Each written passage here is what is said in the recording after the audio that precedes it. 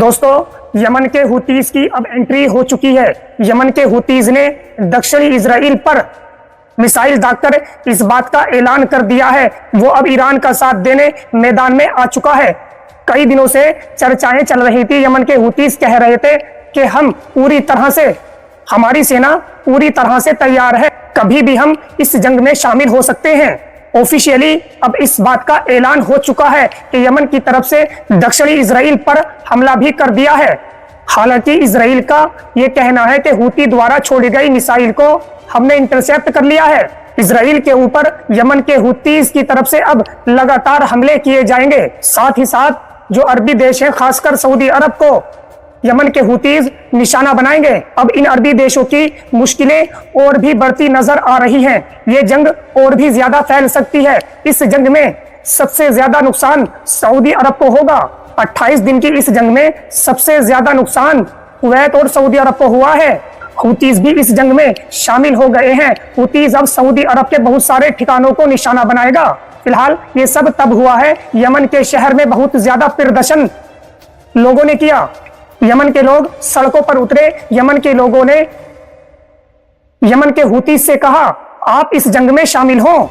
Saudi अरब की तरफ से जो ईरान पर हमले किए जा रहे हैं, उन हमलों के खिलाफ भी नारेबाजी की गई। जाहिर सी बात है, यमन के हुतीज अब सऊदी अरब को निशाना जरूर बनाएंगे। सऊदी अरब के क्राउन प्रिंस मोहम्मद बिन सलमान अब पूरी तरह से डोनाल्ड ट्रंप के जाल में फंस चुके हैं। ट्रंप अब इनको कठपुतली की तरह उंगली पर नचा रहा है। ट्रंप अब खुलकर इनके खिलाफ पूरी तरह से बयानबाजी भी कर रहे हैं। डोनाल्ड ट्रंप ने मियामी के अंदर खड़े होकर एक बयान दिया है। मोहम्मद बिन सलमान को लेकर कहा, इन्होंने कभी सोचा भी नहीं होगा, इन्हें मेरी चापलूसी करनी पड़ेगी, इन्हें मेरे साथ अच्छा बर्ताव करना ही पड़ेगा। ये सारी बातें डोनाल्ड ट्रंप मोहम्मद बिन सलमान को लेकर कह रहे हैं। और भी बड़ी बड़ी बातें डोनाल्ड ट्रंप की तरफ से कही गई हैं। ट्रंप ने कहा, सऊदी अरब को अब बहाने बनाना छोड़ देना चाहिए। इजराइल का जो अब्राहीम समझौता है, उसमें जल्द से जल्द शामिल हो सऊदी अरब। अब समय आ चुका है। ये जो अब्राहीम समझौता है इजराइल का, इसमें सऊदी अरब शामिल हो जाता है तो कह सकते हैं सऊदी अरब इजराइल को मान्यता दे देगा और फिर इजराइल के रिश्ते सऊदी अरब के साथ कायम हो जाएंगे। दोनों देशों के अंदर एक दूसरे की एम्बेसी भी बन जाएगी। इसी समझौते को लेकर डोनाल्ड ट्रंप मोहम्मद बिन सलमान पर लगातार प्रेशर बना रहे हैं। ट्रंप ने एक बहुत बड़ी बात कही है। ये तमाम अरबी देश लगातार ये बात कह रहे हैं ईरान से, हम इजराइल का साथ नहीं दे रहे, ना हम अमेरिका का साथ दे रहे, आप हमारे ऊपर हमले क्यों कर रहे हो। ट्रंप ने दुनिया के सामने खुलकर ये बात कही है। सऊदी अरब, बहरीन, कुवैत, यूएई ने इजराइल के लिए बहुत कड़ी मेहनत से और बहादुरी से लड़ाई लड़ी है।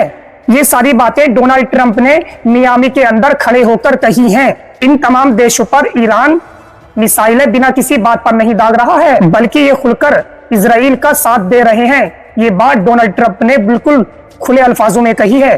ट्रंप ने पूरे अरब वर्ल्ड को थैंक्स बोला है।